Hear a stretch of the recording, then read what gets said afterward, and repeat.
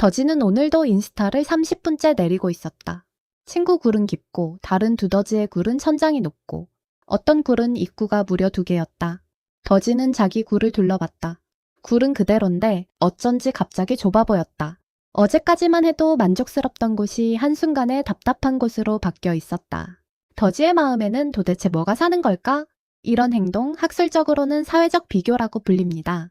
1954년 미국 심리학자 페스팅거가 발표한 사회 비교 이론에 따르면 사람은 자기 자신을 평가할 명확한 기준이 필요할 때 주변 사람과 자기를 무의식적으로 비교한다고 설명됩니다. 자기 키가 큰지 작은지 알려면 다른 사람 옆에 서봐야 하는 것과 비슷한 원리입니다.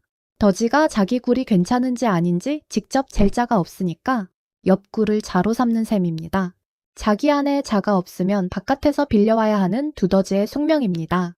흥미로운 건 이게 아무하고나 일어나지 않는다는 점입니다. 페스팅거의 이론에서는 비교가 가장 강하게 작동하는 상대는 나와 비슷한 조건의 사람이라고 말합니다. 더지가 비교하는 건 한 번도 본 적 없는 두더지가 아닙니다.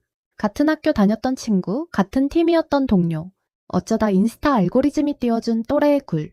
가까울수록 자가 잘 맞아떨어지고 자가 잘 맞을수록 비교는 칼날이 됩니다. 두 굴이 너무 비슷해서 차이가 보이는 그 한 뼘이 오히려 더지를 가장 깊게 찌르는 자리가 됩니다. 인지심리학자 김경일 교수도 비슷한 결의 설명을 한 적이 있습니다. 비교는 사이가 좋아서 발생하는 게 아니라 단순히 물리적으로 가까워서 발생한다는 겁니다. 더지가 모르는 두더지의 굴을 보고는 무너지지 않습니다. 무너지는 건 항상 옆 굴, 그것도 어제까지 같이 흙 파던 친구의 굴 앞에서입니다. 가까움이 비교의 연료가 되는 셈입니다. 여기서 한 가지 결을 더 보태야 합니다. 김경일 교수는 비교를 2단어로 쪼개서 설명합니다. 가치를 높이는 평가, 그리고 가치를 낮추는 평가. 영어로는 밸류에이션과 디밸류에이션이라고 부르는데 비교가 가장 아픈 순간은 이 2가지가 동시에 일어날 때라고 합니다. 친구의 굴을 들어 올리면서 동시에 내 굴을 깎아내리는 것.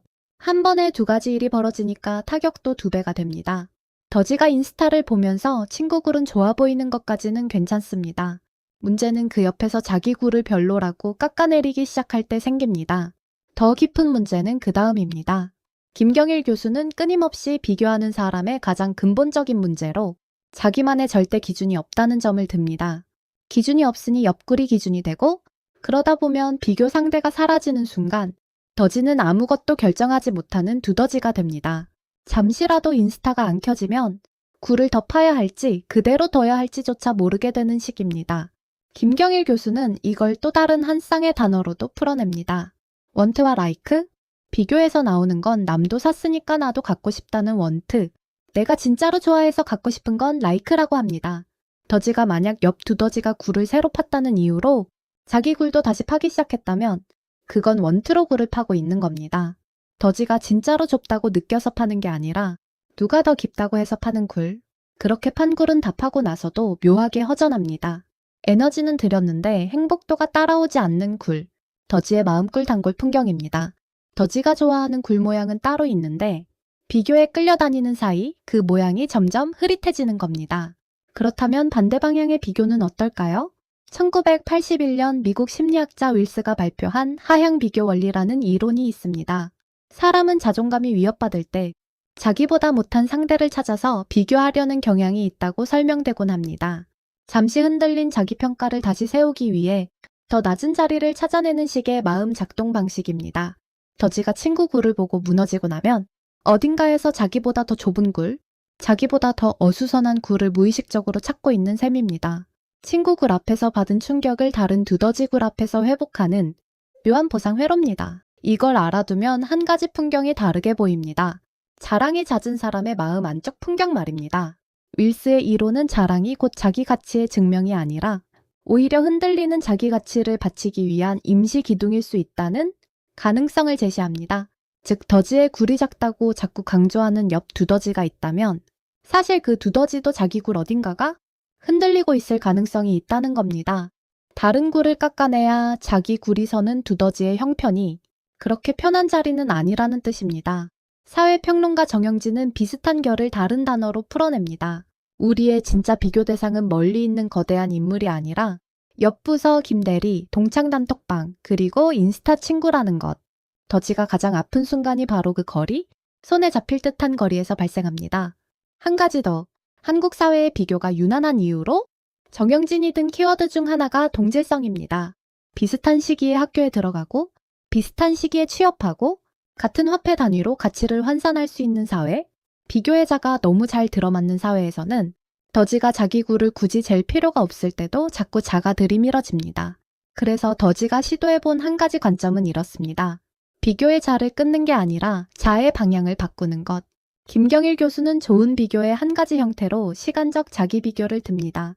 다른 아이와 비교해서 우리 아이가 어떻다가 아니라 작년에 우리 아이보다 5cm 더 컸네 하는 식의 비교. 비교 대상이 자기 자신이고 시간축으로 흐르는 비교. 자의 한쪽 끝이 옆굴이 아니라 과거의 내 굴에 닿아 있는 셈입니다.